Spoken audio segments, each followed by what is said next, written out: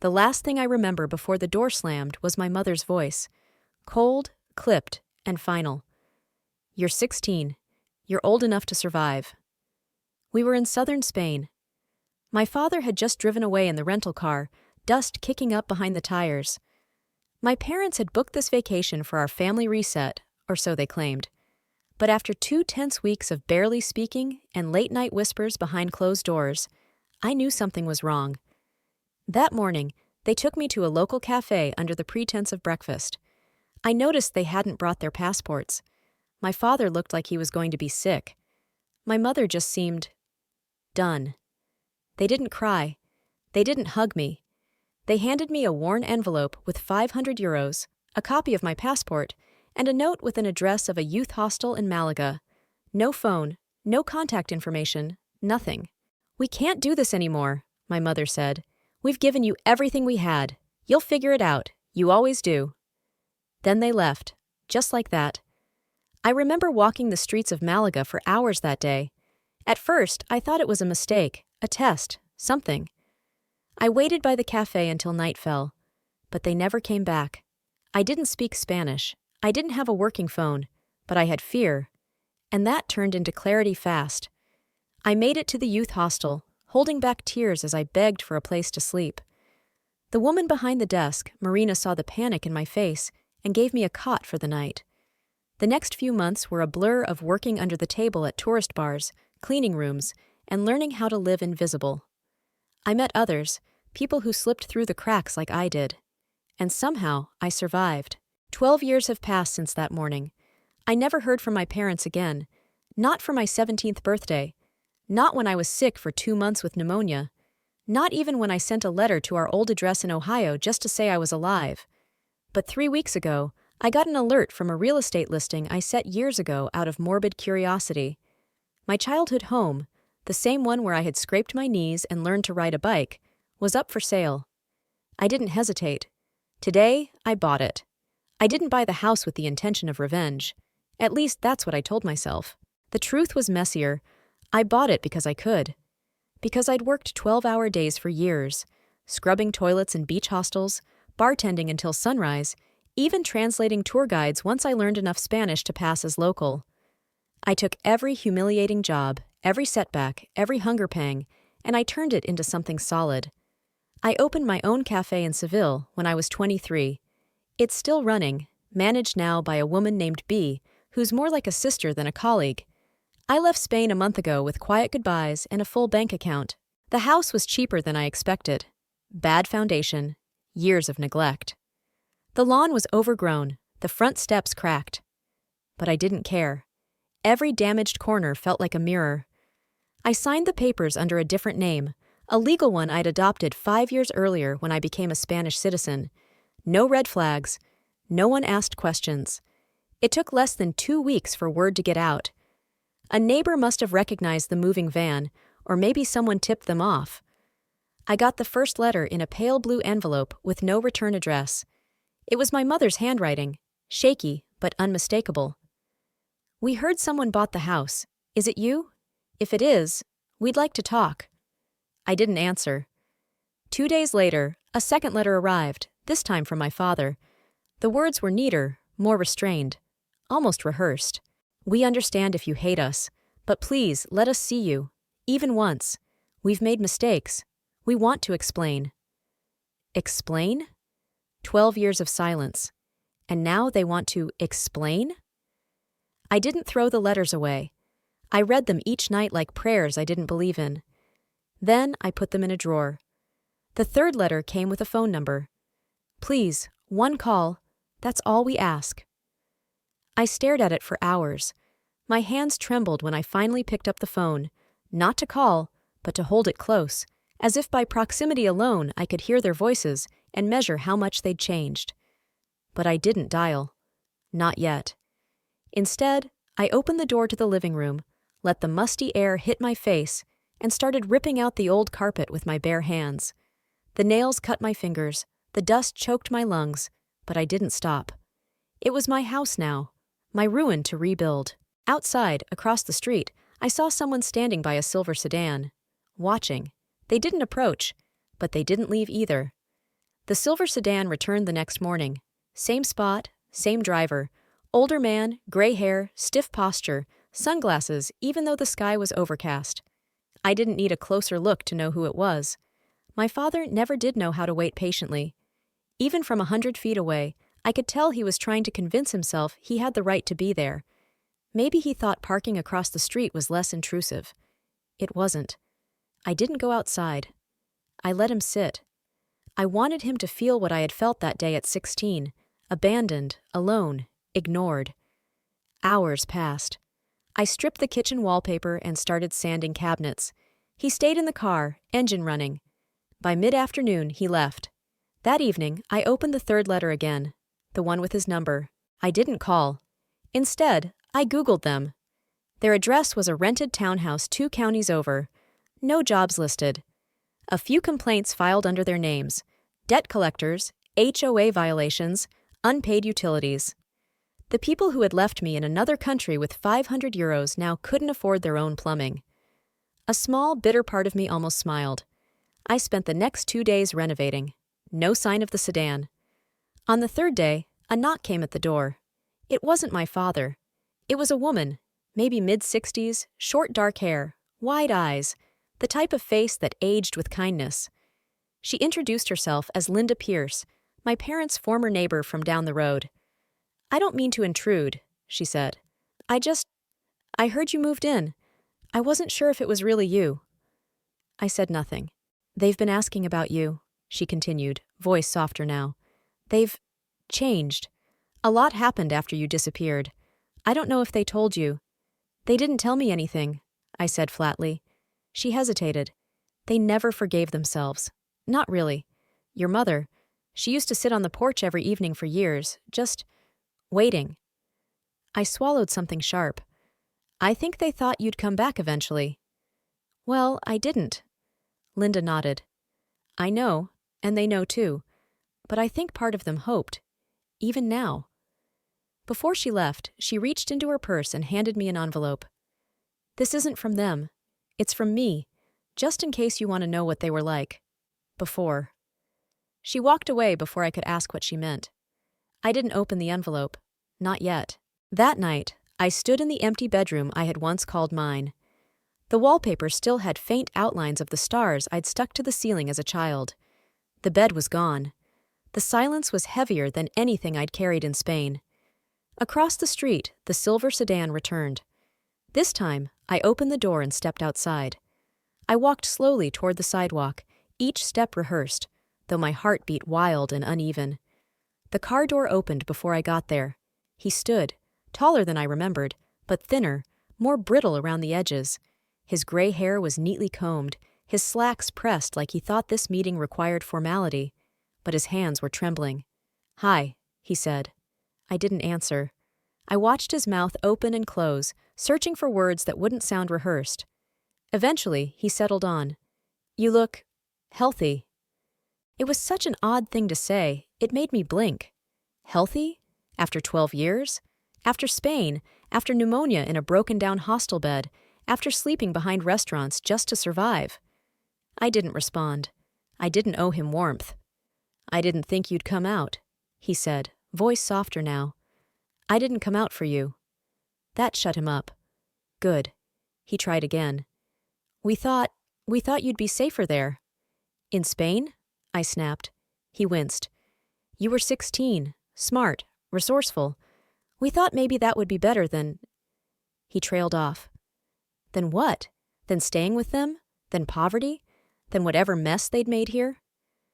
"You abandoned your child," I said coldly. "Let's not pretend it was a choice made out of love." His face crumpled for a moment, then steadied. "It wasn't love. It was fear." I let the silence stretch between us. "I lost my job," he said, eyes fixed on the pavement. "Your mother, she wasn't stable. I didn't know what else to do. You don't understand what we were going through." "No," I said, "because you never gave me a chance to understand. You disappeared. You stayed gone." He looked at me, then nodded slowly. "I won't ask for forgiveness. I wouldn't deserve it. But I wanted you to know, not a single day went by that I didn't think of you." I believed him. That was the worst part. He reached into his coat and pulled out a folded piece of paper. This is her number. She doesn't know I'm here, but she wants to see you. I didn't take it. Do you still blame her more? He asked quietly. I said nothing. He placed the paper gently on the mailbox and stepped back.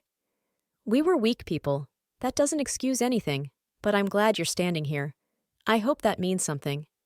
He got in the car, drove off without another word. I stood on the porch until the night air turned cold. Later, I opened Linda's envelope. Inside were 3 Polaroid photographs. One of my mother in a hospital gown, holding me as a baby.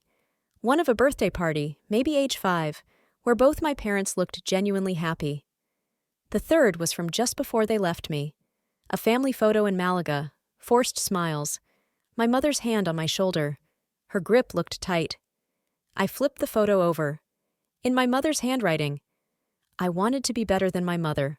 I failed. I didn't sleep that night. The photos haunted me, especially the last one. My mother's handwriting looked rushed, almost like it had been scribbled in panic or shame. That single sentence held more vulnerability than I'd ever seen from her in my life.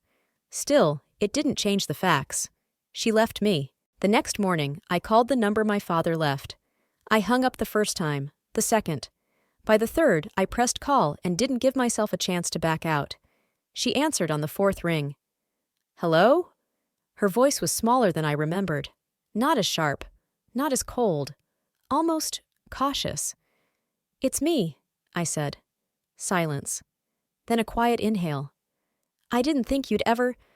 I'm not here to talk about the past, I interrupted. Not yet. I just want to meet. One time. When? She whispered. Now. She gave me the address without hesitation. I drove with both hands gripping the steering wheel, jaw tight. Her place was smaller than I expected, a cramped townhouse with a dying garden and faded curtains. I parked across the street, heartbeat loud in my ears. She opened the door before I knocked. My mother had aged 10 years in her face and 20 in her eyes. Her hair was streaked with white, pulled back into a bun, like she didn't know what to do with it anymore. She wore a cardigan despite the heat. She didn't speak right away. She just stared at me. You're here, she said finally, as if she didn't believe it herself. Only once, I said. We sat at the kitchen table. Everything in the apartment was second-hand and too clean, like a stage set where no one lived. She offered coffee. I refused. We stared at each other like strangers who'd read about one another in a book. I was 19 when I had you, she began, voice shaking. My mother told me I'd ruin your life. She said I wasn't built for it. She wasn't wrong. I didn't come here for confessions, I said, though my throat burned. She looked down. I thought you'd die. For years, I was sure you were dead. I couldn't speak your name without choking. You never tried to find me. I didn't deserve to, she said, eyes glistening. And by then, I knew you wouldn't want to be found. She reached into a drawer and pulled out a stack of letters. Dozens. Some unopened, some returned with foreign stamps. I wrote to every address I could find. Hostels, shelters, agencies. I sent money to consulates, trying to leave it in your name. I never heard back. I stared at the stack, uncertain if any of it was true. I know it doesn't make up for anything, she said. But I didn't forget you. Not for a second. I swallowed hard. Why now? Why the letters when I bought the house? She hesitated. Because that house? It was never just a house. It was where I last failed you, and I needed to know who had it now. When we found out it was you, I thought maybe this was our one last chance. She looked fragile in a way that almost angered me. I don't know what you want from me, I said. She met my eyes. Nothing. I just wanted to see you once and tell you that I never stopped loving you, even when I didn't know how to show it. I stood. Love doesn't vanish your absence. I know, she said softly. As I left, she didn't try to stop me, but she whispered as I walked out the door, I'm proud of you. I didn't cry until I was back in the car, hidden behind the steering wheel. I didn't speak to either of them for a week after that. I thought the space would help, but it didn't. My mind was a tangled wire of memories, questions, and things I didn't want to feel. Their voices echoed everywhere, In the silence of the house, in the creak of the stairs, in the soft knock I swore I heard at the door one night, but never opened. Instead, I worked. I ripped up old floorboards and replaced drywall, painted the kitchen a deep ocean blue, just because it felt nothing like the beige from my childhood. I slept on a mattress on the floor, the rest of the house still raw and incomplete, just like me. But late at night, Spain came back. Not the sunny postcard version, the real one, the one I fought to survive. The smell of bleach from the hostel bathrooms, the feel of cold tile under my spine when I had nowhere else to sleep, the metallic taste of fear when I realized no one was coming back for me. I remembered Marina, the receptionist who gave me that first cot. She didn't ask questions. She just handed me a blanket and whispered, "You'll be okay, chica." I worked for her under the table for nearly a year, cleaning, translating broken English for drunk tourists. Eventually, I started sleeping on the office floor after hours. At 17, I lied about my age to get a job at a bar near the marina. The owner, Jorge, knew I was underage. He paid me half of what he paid the others, but I stayed because he didn't ask why a girl with American eyes had no papers, no family, no plan. He just let me exist. That felt like enough. By 20, I spoke fluent Spanish. I had a bank account under my new name, and with Marina's help, I filed for Spanish citizenship. It took years. Paperwork, interviews, rejections, persistence. I was determined never to be undocumented again, never to be invisible again. By 23, I opened my own cafe. Not glamorous, just 24 chairs, a tiny kitchen, and a view of a graffiti-tagged alley. But it was mine. B, one of the waitresses who became like family, took it over when I left for Ohio. I hadn't told her why I was leaving. I said I needed time and closure, but that was only half of it. The other half was a question that wouldn't go away. If I saw them again, would I still hate them? And now, after seeing my mother, I wasn't sure. Hate was easy at 16. Hate was survival. But now? Now I had their faces burned into my mind, weathered, older, more broken than I wanted them to be.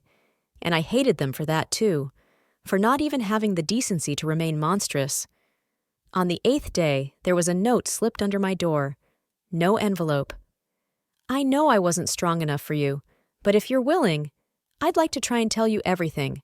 No defenses, no excuses, just the truth. Mom?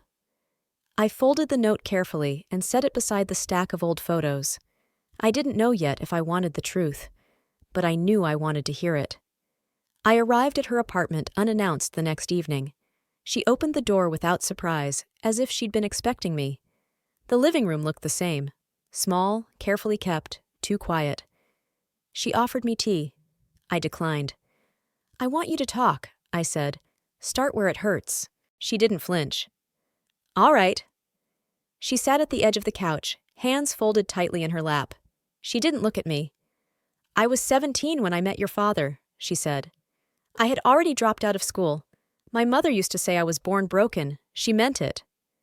I didn't speak. I got pregnant 2 years later. He begged me to end it. We were broke, sleeping on couches. But I refused. I thought having you would save me. A bitter laugh escaped her.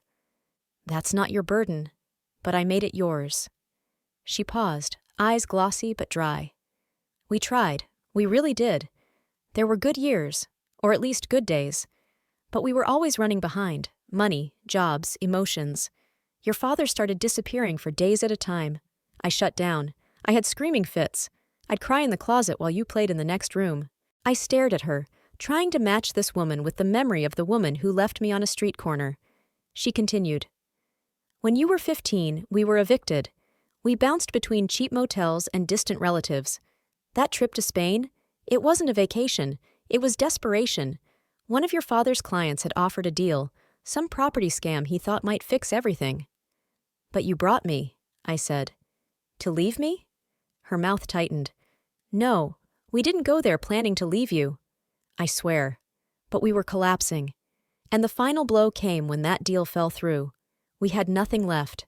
No money. No home to go back to. I had a breakdown. I told your father I was done. I told him, "We had to let you go." that you were strong enough. And I believed it. She finally looked at me. I convinced myself we were saving you. I shook my head slowly. You convinced yourself you were escaping me. She didn't argue. I tried to find you later, she whispered, when I was better, when I could think again. But shame is a heavy thing, and fear that you'd hate me, or worse, be gone already, kept me paralyzed. For a moment, neither of us breathed. I don't expect anything, she added. Not forgiveness, not even understanding, just that you know I didn't forget you, not even once. I stood slowly. My throat ached with words I couldn't yet form. I don't know what I'm supposed to do with all this, I said. I don't either, she replied. I left without slamming the door, but I didn't look back. That night, I lay on the floor of my old room and watched the ceiling where the stars used to glow. My mother's voice followed me like a shadow. She said she hadn't forgotten me, but what did it matter now? The next morning, I opened the front door to a plastic grocery bag. No note, just the bag, left carefully on the step. Inside, a tin of cookies I remembered from childhood, a bottle of cheap hand lotion I knew my mother used to keep in her purse, and a small stack of old photos, bundled with a rubber band. On top was a picture of the three of us, me on my father's shoulders, my mother smiling up at us with a sun in her eyes I hadn't seen in years. I brought the bag inside, but didn't open the rest. Instead, I called him. He picked up on the first ring. I need to see you, I said. We met at a park nearby. Not the one from my childhood, that one had been bulldozed for condos, but somewhere neutral. Quiet. Open. The kind of place where emotion feels less suffocating. He was already on the bench when I arrived, clutching a thermos of coffee like it might anchor him. You spoke to her, he said. I nodded. She told me everything, or most of it. He looked down at his hands. And? She owned it, I said. She said it was her decision, that she pushed it. He didn't react at first, then, slowly. She did. I studied his face. But you let it happen. Yes, he said. I let it happen. He stared out across the field, jaw clenched. I was supposed to be the strong one, the one who stopped it, but I was tired and ashamed, and part of me, some small, ugly part, believed her. Believed that leaving you might be a kindness. That I'd survive, I said quietly. He nodded. That you'd survive, because we couldn't. A pause stretched between us. I didn't even try to fight her, he said. I watched you sit at that cafe table and I walked away. I told myself you'd find your way. But really, I just wanted out. I needed a father, I said. Not someone who watched. His eyes filled, but didn't spill. I know. I needed someone to come back. He swallowed hard. By the time I realized what we'd done, it felt too late. And every year after that made it harder. Cowardice doesn't age well, I said. That made him flinch. Good. But I was a coward too, I admitted. For pretending I didn't want to hear it. For pretending it didn't still hurt.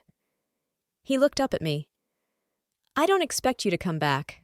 I just needed you to know that I never stopped seeing you, even if it was from a distance. There was so much I could have said, but I was tired of giving away my pain like it was still theirs to hold. So I just nodded.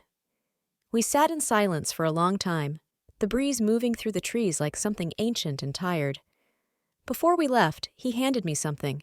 It was the envelope from 12 years ago, the one they gave me in Spain. I stared at it. The same creased paper, the same barely legible handwriting. My name spelled carefully across the front. I kept a copy, he said, just in case I ever had to remember exactly what I'd done. I took it. I didn't thank him. That night, I couldn't sleep again. But this time, it wasn't out of anger. It was something heavier, something like mourning, not for them, for the version of me I never got to be. I walked through the house barefoot, my steps echoing in the half-empty rooms. I paused in the hallway where a mirror used to hang, the one I'd once practiced smiles in when I was 6. Now it was just a patch of unpainted wall. In the kitchen, I opened the envelope he gave me. my name on the front. Inside, a short letter in my mother's handwriting, brittle with age. Sweetheart, we know this isn't fair, but we believe in you. You're strong, smarter than both of us. Maybe one day you'll understand. Maybe you won't. We love you. Always. Mom and Dad. No signature, no return address, just cowardly hope in cursive. I sat on the floor, the letter in one hand, the photos in the other. I tried to summon the rage I used to live on, the sharp certainty that they didn't love me, that I was nothing more than a burden they were glad to be rid of. But now, there were cracks in that certainty. They had loved me, maybe even still did. But it wasn't the kind of love that protects. It was the kind that collapses when pressure hits. The kind that disappears when it's needed most. That kind of love scars deeper than hate. By morning, I made a decision. I invited them both to the house, not for a reunion, not to rebuild, but to finish what had been left undone for too long. They arrived together, cautiously, as if the air itself could snap. My mother carried a casserole dish. My father brought flowers. I didn't let them inside at first. We stood on the porch like distant relatives at a funeral. "This house isn't yours anymore," I said quietly. "It's mine. Every cracked pipe, every stained carpet, every wall I tore down with my own hands. I did it alone, the same way I had to learn to live." They nodded, but I kept going. "You don't get to step back into it like time didn't pass. You don't get to erase what you did just because you're sorry now." "We know," my mother whispered. "But," I said, "if we're going to have any chance of speaking again, of even being in the same room, we do it my way, my rules. No guilt trips, no tears as currency." They agreed. I opened the door. They entered slowly, like trespassers walking through a sacred site. We didn't sit. I didn't offer coffee. We just stood there, in the center of the living room I had rebuilt with my bare hands, surrounded by silence and fresh paint. And for once, no one tried to fix anything. No apologies, no hugs, just breath. Presence. It wasn't peace. But it was something. A beginning, maybe. Or just the end of pretending there was nothing left to say. I didn't see them again for a while after that. We didn't start having dinners or sharing holidays. There were no group hugs or long phone calls. But they stopped sending letters. Stopped asking for things I couldn't give. In their absence, there was something new. Stillness that didn't ache as much. I finished the house. The last thing I touched was the bedroom closet, where my childhood drawings had once been taped. I peeled back the old, curling wallpaper and found one still stuck behind the wood paneling. It was a crude crayon sketch, 3 stick figures under a sun, all holding hands. One of them, me, probably, had a red heart drawn on the chest. I didn't cry. I smiled. Then I painted over it. Weeks passed. I started making plans again. Not for them, for me. I filed paperwork to restore my birth name. I didn't want it because it connected me to them. I wanted it because I was taking it back. On my terms, with scars and all. I called B in Seville and told her I was staying in Ohio, for now. The cafe was still running, she said, but it missed me. I missed it too, but I wasn't ready to go back. Not yet. Maybe not ever. One afternoon, I received a package. No name on the return label. Inside, a faded copy of The Little Prince. I opened it and gasped softly. The inside cover had a message I remembered from my father's handwriting, written when I was 8. For my little explorer, if you ever get lost, just look for the stars. It wasn't an apology. It was a reminder that once, maybe, they'd tried. And then, maybe they'd stopped. But I never had. That night, I walked through the house with the lights off. I stood in the backyard, barefoot in the cool grass, looking up at the Ohio sky. It wasn't as wide as the one in Spain, but it was mine. I thought about the girl I was at 16, how she learned to survive in silence, how she scrubbed toilets in exchange for a bed, how she never once gave in to the voice that whispered, "They were right to leave you." She was still with me, not a wound, but a witness. And I realized then, I didn't need my parents to fix the past. They couldn't. It wasn't theirs anymore. It belonged to me, all of it. I bought their house, I rebuilt it. But more than that, I reclaimed myself. I didn't forgive them, not in the way people think forgiveness should look. But I chose to live without letting their absence define me anymore. They said, "You're 16. You're old enough to survive." They were right. I survived. But more importantly, I lived.